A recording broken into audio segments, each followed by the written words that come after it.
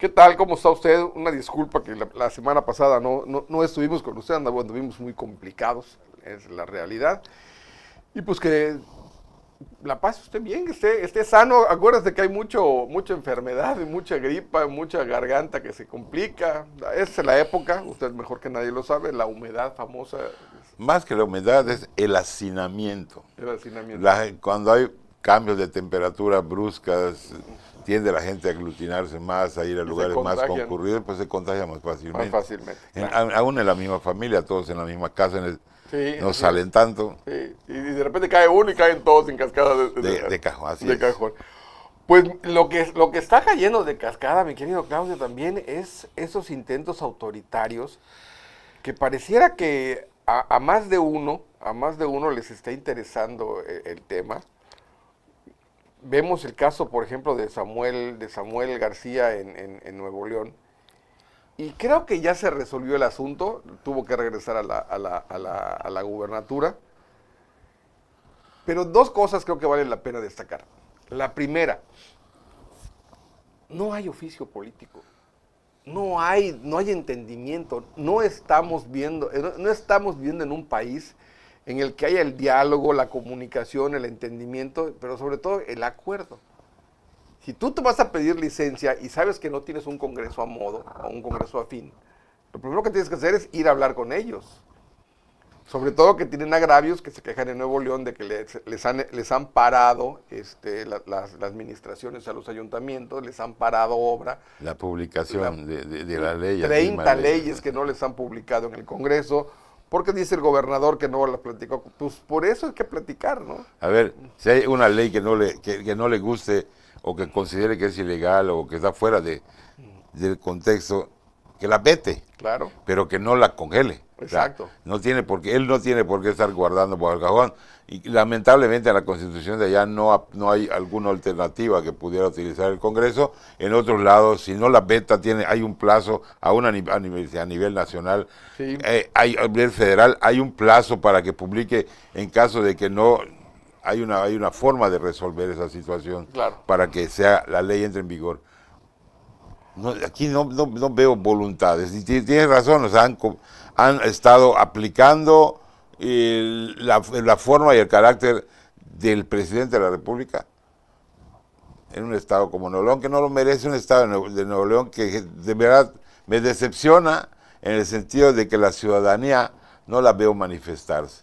Digo, eso en todo este proceso, Sí. desgraciadamente nunca había nadie, ningún neoleonés. Yo entiendo que son muy trabajadores y todo lo que tú quieras, y que les gustan las carnitas y que les gustan los asados y todo, pero hay cosas que uno debe defender porque están mal. Finalmente no quieren, o si quieren mucho al gobernador, que les digan cuando menos o les soplen al oído y que vean que escuche, porque no puede estar imponiendo voluntad nada más. El tema es ¿no? La imposición de las cosas. Se va a hacer las cosas, ¿por qué? Porque yo quiero. Oye, pero es que la ley no te faculta para eso. No importa, hazlo. Tengo otros datos. Sí, sí, sí. Y creo que, seamos honestos, Claudio, ni tú ni yo hemos vivido en un país que sea impoluto, No. que sea demócrata al Volvemos, 1000%, que se haya cumplido las leyes al pie de la letra. Nunca lo hemos visto, seamos honestos. De acuerdo.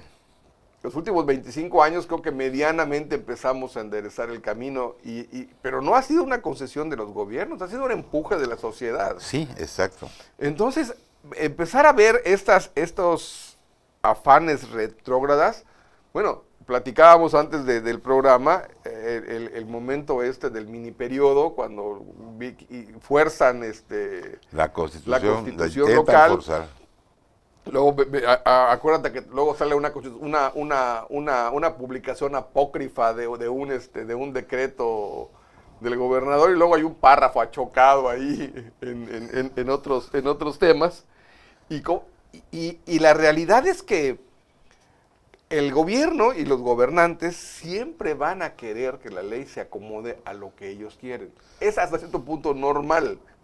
Lo que no es normal es que no hayan equilibrios de poderes que lo fuercen a que haga las cosas como tiene que hacerle. Eso debería ser la normalidad. Eh, eh, Esa debería ser la normalidad, Sí. no lo normal que parece ser, que algunos, no todos, porque también hay que siempre respetar a los que no proceden de esa manera. Claro, claro. Porque ha habido gobernantes, digo, entre lo que cabe, buenos. Digo, pero también obviamente hay quienes han perdido el piso, como el actual presidente, por ejemplo, o como han hecho antes, como Víctor Severa actuaba en un momento determinado. Pero aún Víctor, en algún momento terminaba acatando lo que le mandaban, si no, porque se lo decía el presidente, cuando se lo decía no recuerdo haber algún caso que se haya ventilado en la Suprema Corte, excepto aquello de la constitucionalidad del gobernador, de que pudiera ser candidato a gobernador constitucional. Y hubo otro, creo que no llegó a tanto, sino hubo un amparo que se negaba a aplicar las normas federales en el caso del Consejo Electoral Estatal, que seguía el Congreso. Sí, ya recuerdo cuando el caso de Bolio o algo así. Algo así, que fue en el año 2002 más o menos, y que tardó durante un prolongado tiempo el desacato hasta que finalmente lo convencieron de que tenía que ser así, ¿no? Así es, pero al final del día se confirma que hoy si no somos un país realmente abarrotado de malas acciones gubernamentales o de gentes que se quieran pasar de listos, es porque hay una Suprema Corte. Claro. Y eso nos da cierta tranquilidad. A mí, en lo personal, siempre he confiado en eso. Digo, pueden tomar muy buenas decisiones como las han tomado en los últimos tiempos, como también las han tomado malas en algún momento también, claro. O las pudieran no ser tan contundentes en sus decisiones. Pero al final de cuentas han cumplido con lo que se esperaba de ellos. Y el asunto, Claudio, es que creo que en un país como en el que la democracia es muy incipiente y que no podemos cantar victoria, creo que el error primigenio de esto es que habíamos personas que creíamos que lo que ya estaba armado tenía una estructura tan sólida que no se podía desarmar. Y en una plática con unos amigos yo les decía, vamos a agradecerle a López Obrador porque nos vino a demostrar la fragilidad del país que tenemos y de nuestras leyes y de nuestras instituciones. Y creo que a partir de ahora lo que nos tocaría como sociedad es empujar al Congreso, a la Corte y al propio Ejecutivo a que sean más sólidos en cuanto a sus capacidades, pero también en la definición de hasta dónde pueden llegar, ¿no? Claro. Hay cosas que dan risa porque mientras por un lado están golpeteando a la Suprema Corte de Justicia, al INE, por otro lado están recurriendo, el mismo gobierno, el mismo presidente o su partido están recurriendo a las instancias legales, a las que corresponden y tienen que obedecer al INE. Entonces, ¿para qué tanto borlote, qué tanto desgaste estar? Bueno, tal vez no sé, sea una estrategia por algo que no entiendo. Es una estrategia que plantean que no entiendo por qué la están planteando. A menos, no sé. Digo, al final de cuentas van a tener que acatar la decisión del pueblo el día de la votación en las urnas y hasta allá va a llegar. Yo creo que tiene que ver, Claudio, con que el presidente, digo, debe tener más información que la que tenemos tú y yo, por supuesto, pero está viendo que una mujer y una campaña que él consideraba no representaba un peligro. Pues oye, Xochitl Gálvez está hoy sin campaña a 19 puntos de Claudia Sheinbaum. Y a Claudia Sheinbaum la tuvieron en el aparador 5 años. Yo creo que hasta menos. Es lo que te digo, tú no puedes entender, oye, si está tan diferente, o sea, si hay tantos puntos de diferencia, que tú lo sabes, aquí había 25 y los votaron todos. ¿Por qué la preocupación? ¿Por qué tratar de que este muchacho, Samuel, se convirtiera en el Esquirol? ¿Por qué empujarlo? ¿Por qué empujarlo? Realmente ese muchacho, porque no deja de ser un muchacho. 33, 34, digo, comparado con nosotros, obviamente que es un muchacho, pero ya se supone que debería ser una persona madura. Desgraciadamente su comportamiento lo hemos visto. Doctorado, dice que sí, tiene. Dice que tiene, eso les dice, pues no hemos checado todavía cómo está ese asunto, pero el tipo es un ser inmaduro absolutamente.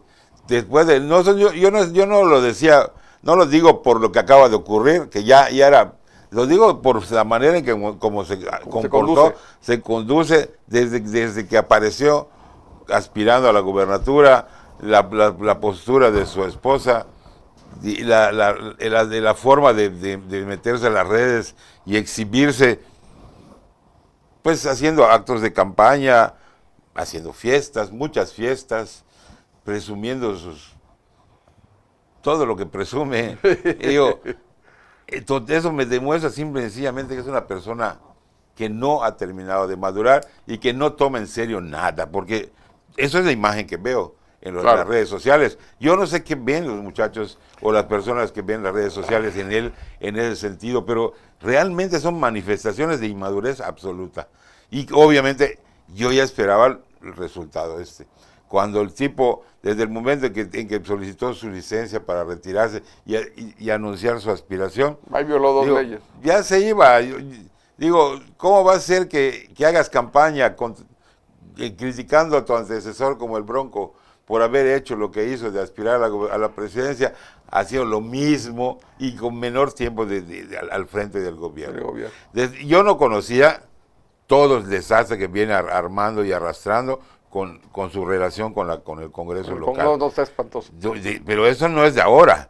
Esto lo viene no. acumulando desde el primer día que tomó posesión. Imagínate, no tiene diputados, creo que tiene nada más un diputado de mayoría, los otros 7 que tiene Movimiento Ciudadano en Nuevo León son de representación proporcional, el 14 tienen PAN y PRI, y luego los otros partidos nada más tienen uno, hay hasta incluso uno de un partido local, ¿no? Que están ahí, que son los 42 diputados del Congreso.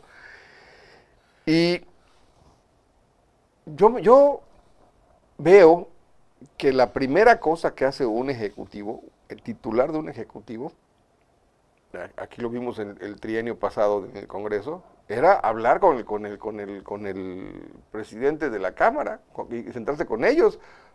Aquí no dejamos de recordar el aferre aquel que hubo con cuando le paran una ley a Vila, se la para el hijo de Víctor Cervera, que era el líder del Congreso, y creo que hay maneras de hacer las cosas. Pues que la política es el arte de gobernar. Claro. Y entonces es indispensable que quien aspire a algo, a quien alcance un cargo como en este caso el Ejecutivo, tiene necesariamente que hablar. Él no es la representación del pueblo, que no se equivoque. La representación del pueblo está en el Congreso. Es el Congreso.